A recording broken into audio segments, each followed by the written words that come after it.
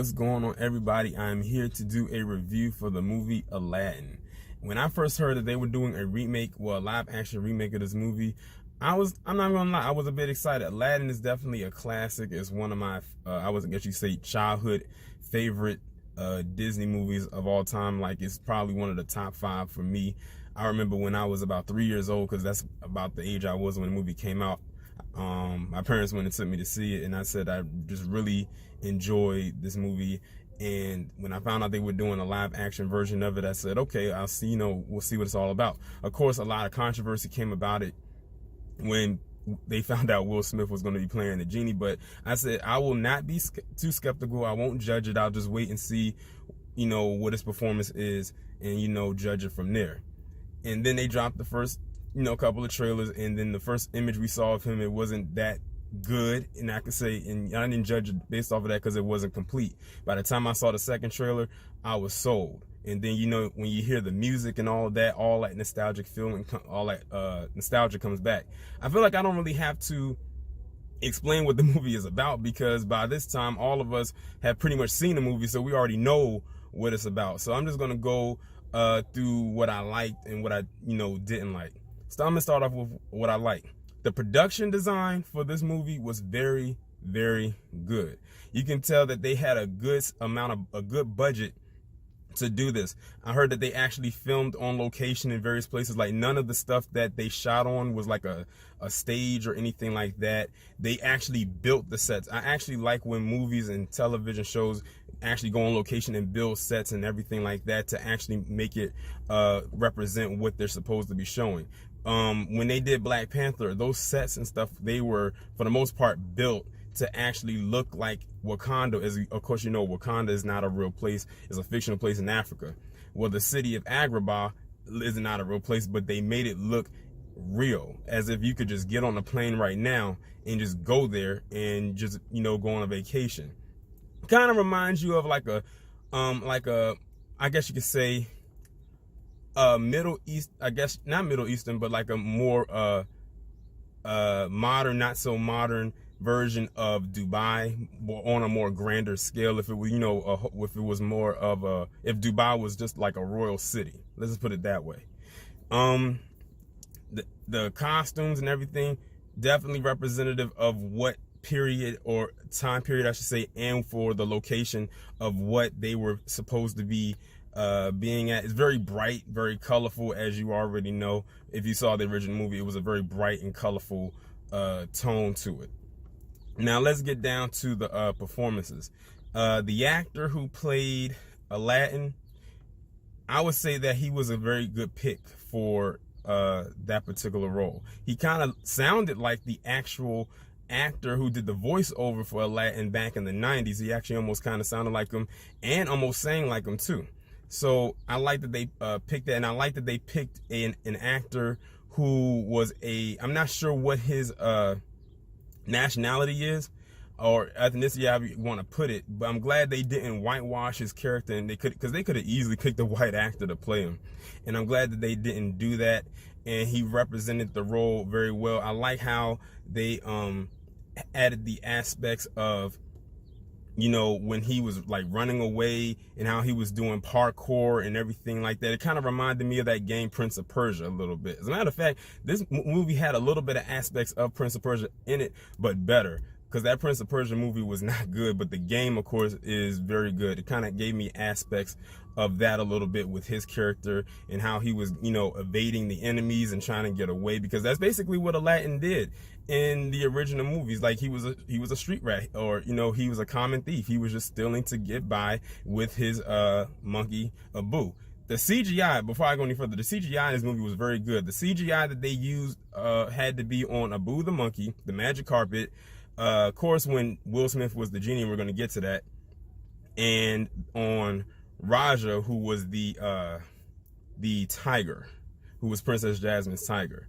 And speaking of Princess Jasmine, we're going to get now onto her character. A lot of people were kind of skeptical about that, because Princess Jasmine is one of the first Disney princesses that was not white. She was like she was a more ethnic princess, a more darker in tone princess. She wasn't black, but she wasn't white either. So a lot of people were worried about the casting for her as well. But I think the actress that they chose for her, who, if you don't know, she played the Pink Ranger in the Power Rangers movie that came out back in 2017. And I think she did very good. And I'm glad that they allowed the actors to actually sing in this movie. She has a very powerful singing voice, because she sang, of course, the songs that she sang in the original, but then they gave her, I think, 1 or 2 new songs in the movie that weren't in the original ones, and she sang, like, she really sang her heart out. And you can always tell when someone's singing really hard, because when they sing, that vein pops out in their neck, and that's how you know that person is not singing. At that point, they're singing, S-A-N-G. That's what they're doing. So I really enjoyed that, and I think from the women who probably go see this movie, or the little girls who see this movie, are going to like the fashion choices that they have her in the movie with. Because, you know, in the original one, they just had her in the one blue costume, but in this one, they had her in a variety of different looks throughout the film. So it wasn't like she was just wearing that one costume the whole time, because they had to make it realistic. Because, you know, in the animated cartoon, they could get away with stuff like that, but I would have been kind of upset if they just did it exactly like how they did the cartoon, because it wouldn't have been too realistic. And, you know, you're dealing with real people now, so it's a different tone. And then you're talking about remaking something in a live action form that came out back in 1992 for 2019. So you don't want to like have it be almost exactly the same, but you want to have it still be familiar to the point where you know what you're watching, you know what you're getting, and it doesn't look completely foreign. Let's see here. Who else am I leaving out? Okay, let's just get to, well, I'm gonna leave him for last. Okay, this is gonna be the part that I think a lot of people had an issue with, and I kind of did too, and that's the actor who played Jafar. When I think of Jafar, first off, Jafar is one of the top Disney villains, probably one behind Scar, because Scar for me will always be like #1. Like, his villainous nature is like top notch. And I would have suggested for me, if I was the casting director, to pick an older actor to play Jafar, because in the animated version of the movie, Jafar came off as this older, middle-aged man who was very sinister. His voice was very sinister. He was very, like, if he was to approach you in a dark alley, like, he would probably scare you just on his presence alone. And they picked a relatively younger actor to the point where he could have been almost close in age with the actor who played Aladdin. And Jafar and Aladdin are not close in age. Like, Jafar is probably old enough to be Aladdin's dad and not Aladdin's brother. And that's kind of like I'm not sure what their ages are, but the look wise, they almost look close in age. I'm not going to say that they're 1 year apart, because I highly doubt that, but probably 5 to 10 years apart, and Jafar is supposed to be more older. So I would have picked an older actor to play that part. I think a lot of people said, why didn't they pick Ben Kingsley? And that goes back to the Prince of Persia movie, where he played in that movie, and he played almost a Jafar type role in that movie. And I was like, you know what? He would have been a good pick for that. But I think one of the reasons why they didn't do that is because top billing went to Will Smith. And of course, Will Smith, they made him the face of the movie, more so because of Will Smith, and he's playing a very iconic character. So one of my issues, like many people, is that I wish they would have recasted Jafar, picked another person, an older man, to play him with a more sinister voice, because it's points where he annoyed me. I'm not even gonna lie. In the movie, if you watch it, you'll be annoyed at some of the stuff that he has done too. And this is not even really a spoiler, because like I said, we've all seen the movie. One thing I was looking for from his character that didn't happen was him turning into the snake. I went into this movie thinking that was going to happen. I'm sorry to tell y'all, he does not turn into the snake. He does turn into the genie. You know, when he asks for to be the most powerful person in the world, he does turn into a genie, but he does not turn into the snake. I was really looking forward to that. And also, it was one part in there leading up to that where Jasmine had on that red costume where she was feeding him apples and whatnot. That didn't happen either, but I guess they had to tone that down, because I guess they said that costume was a little bit too sexy for a real live action remake, and and they wanted to keep the sexual undertones down. If y'all have seen the original movie, y'all know exactly what I'm talking about. But I'm like, if they could have got away with that back in the 90s with the animated version of it, they could have did it here too. But they didn't put the snake in here. I guess they said, I don't know if they ran out of money for the budget to do the snake, because they already did CGI for the carpet, Abu and Raja, and they just, and the genie, you know, so I guess they said, we're not going to do the snake. I mean, we'll give him the lamp, and well, not the lamp, but the genie. And that's about it. I wish they would have got Gilbert Gottfried to do the voice of the parrot, because he is still alive, and as far as I know, he's still working. Because his voice is very iconic for that type of role. But the parrot, it was a hit or miss for me with Iago. Like in the animated version, he didn't like annoy me as much as he did in this one. Like, it was like scenes like sometimes, oh, there's Iago and everything like that. But then there was sometimes when Iago was on screen, I was like, can you just like fly away somewhere and just go do something else? Like, it seemed like every 5 or 10 minutes he popped up. And I mean, I know that he has to be there when Jafar is there, because he's like right there by his side every step of the way. But sometimes it got a little bit overwhelming to see, you know, Iago there with Jafar almost at every moment. Now the last person I wanted to talk about, and that's the obvious, that is Will Smith as the genie. The part that everybody was questioning, should he or should he have not done this part? Will he live up to Robin Williams' version of the genie? I will say this: Will Smith did the best that he could with his role as the genie, to the point where I think if Robin Williams was still alive, he would have gave him his blessing and he would have said, good job, Will Smith. I really appreciate what you did with the character. You didn't try to imitate me.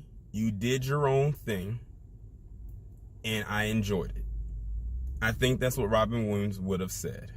Because a lot of people were skeptical about Will Smith playing the genie because there was singing involved. And we know Will Smith is not a singer, but I'm not even going to lie. It actually caught me by surprise to see Will Smith in this movie singing. Now, he did implement some elements of him rapping, because, you know, he started off as a rapper. He was beatboxing and all types of stuff. You know, that was to be expected. And I think that if Will Smith was to be the genie back in 1992, he probably would have did the same thing, but as a voiceover. And I like that the director allowed him to bring some of himself into that role, because that's what Will Smith knows, all the while not getting too Will Smithy, if you know, quote unquote, but still remaining in character and allowing him to have fun. I can tell that this role right here, you can tell Will Smith had a lot of fun doing this particular part, because a lot of times he does a lot of movies that are real serious in tone. I don't think he's ever done a Disney movie. I think this is his first Disney film he's ever done, and I can tell that he had a lot of fun doing this role, because if you watch the movie, you can tell that he really enjoyed this. Like, every time like he was on screen, he was always smiling or cracking a joke. I can tell he probably ad-libbed a couple of those lines. Like, you can tell that the chemistry between him and the Aladdin character were very good, and the interaction was all the way there. It didn't feel like it was scripted, even though it was a script that they, you know, were reading and reciting lines from. It felt, when they were doing scenes together, it felt organic. It felt like they were just having a regular casual conversation. But I didn't really have any issues with Will Smith as the genie. I kind of enjoyed him being the genie. And like I said, I'm glad he did not try to imitate Robin Williams. I'm glad that he was doing his own thing. And like I said, I think Robin Williams would approve. I think it's just unfortunate that Robin Williams is not here to actually see this version of his character that he made iconic so many years ago come to life. And I'm sure many other people feel the same exact way. But all in all, I did enjoy the movie, minus the little gripes that I had with the Jafar character and the Iago character. I think that, you know, your kids will definitely enjoy it, because when at the theater I was in, you had some kids in there when they was playing, like doing the songs that were really upbeat. And everything like that. The kids was moving in their chairs. It was even a piece at the end. I'm not going to spoil that part for you.